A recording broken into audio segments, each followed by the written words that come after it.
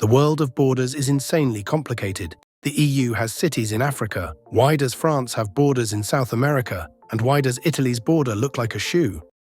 But the most complicated and insane border situation is almost never talked about. No matter how many diplomats and unions that have tried to solve it, it still remains unsolved. This is the most complicated border in history. This is the Indian-Bangladesh border. If you look at the situation today, it is still weird, but if you rewind the clock to 10 years ago, the situation was even more complex. You see, if we look at the northern border, we can start to see why it is utter chaos. By looking at it, you can see there are pieces of India in Bangladesh and pieces of Bangladesh in India. And to make it even worse, there are pieces of India in the pieces of Bangladesh. These small border pieces are called enclaves. An enclave is an area within a country or a city where people who have a different nationality or culture from the people living in the surrounding country or city live. For example, if you have country A and country B, an enclave is when country A is inside of B or B inside of A. Within these borders, we have a unique double enclave. That means that in Bangladesh we can find a small enclave that belongs to India that has an enclave that belongs to Bangladesh. In the Indian-Bangladesh territory,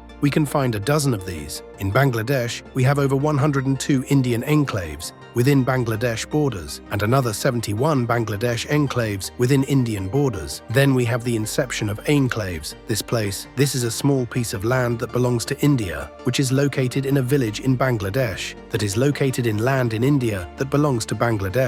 By walking 100 meters in a straight line, you will swap 5 borders. Today, around 50,000 people live in complex enclave territory. These people live in very difficult circumstances. You see, because of the complex border, it's hard for both India and Bangladesh to build critical infrastructure, which means that if they want to access medicine and doctors, they have to walk outside these complex enclaves to get these services. But if it was only that simple, you see, in order to walk outside the enclaves, they need to apply for visa, and in order to go to the embassy and apply for visa, you have to walk outside the enclave. How did this begin in the first place? Legends say that hundreds of years ago, kings gambled these small territories in some good old card games, and the loser lost the lands. This can't be proved, and therefore the most logical answer is that the peace treaty signed by different countries, but they didn't include a specific map showing who owns what border in 1713. This means that the question remained vague, and later the British got involved and in 1947 finally decided to give India the land and let a British man to finalize a map for this area while he never visited the countries. He then made a map showing Pakistan in 2 different locations 100 of miles apart. These proposed new borders from the British man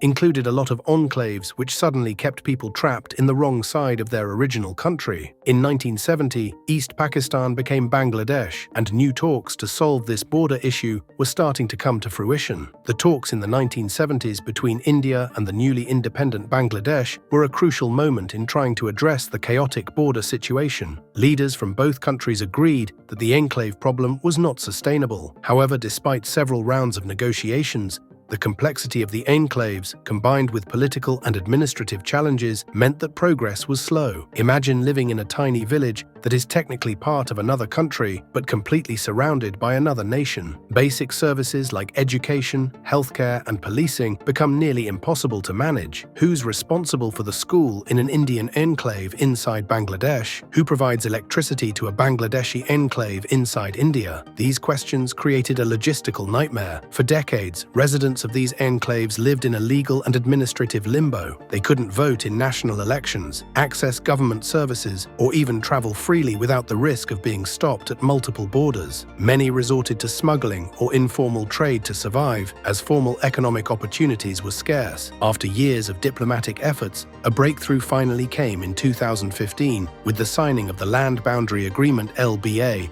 between India and Bangladesh. This historic agreement aimed to resolve the enclave problem once and for all. Under the agreement, India and Bangladesh exchanged enclaves to simplify the border. Residents of these enclaves were given the choice to remain where they were and accept citizenship of the new country, or relocate to their home country. This process involved redrawing maps and conducting extensive surveys to identify residents' preferences. The LBA led to the exchange of 111 Indian enclaves in Bangladesh and 51 Bangladeshi enclaves in India. Approximately 50,000 people were affected by this exchange, and many finally gained access to the rights and services they had been denied for decades. While the LBA was a significant step forward, implementing the agreement was not without challenges. Many enclave residents faced difficulties integrating into their new countries. Those who chose to relocate often had to start from scratch, leaving behind homes, communities, and livelihoods. Meanwhile, those who stayed had to navigate the bureaucratic process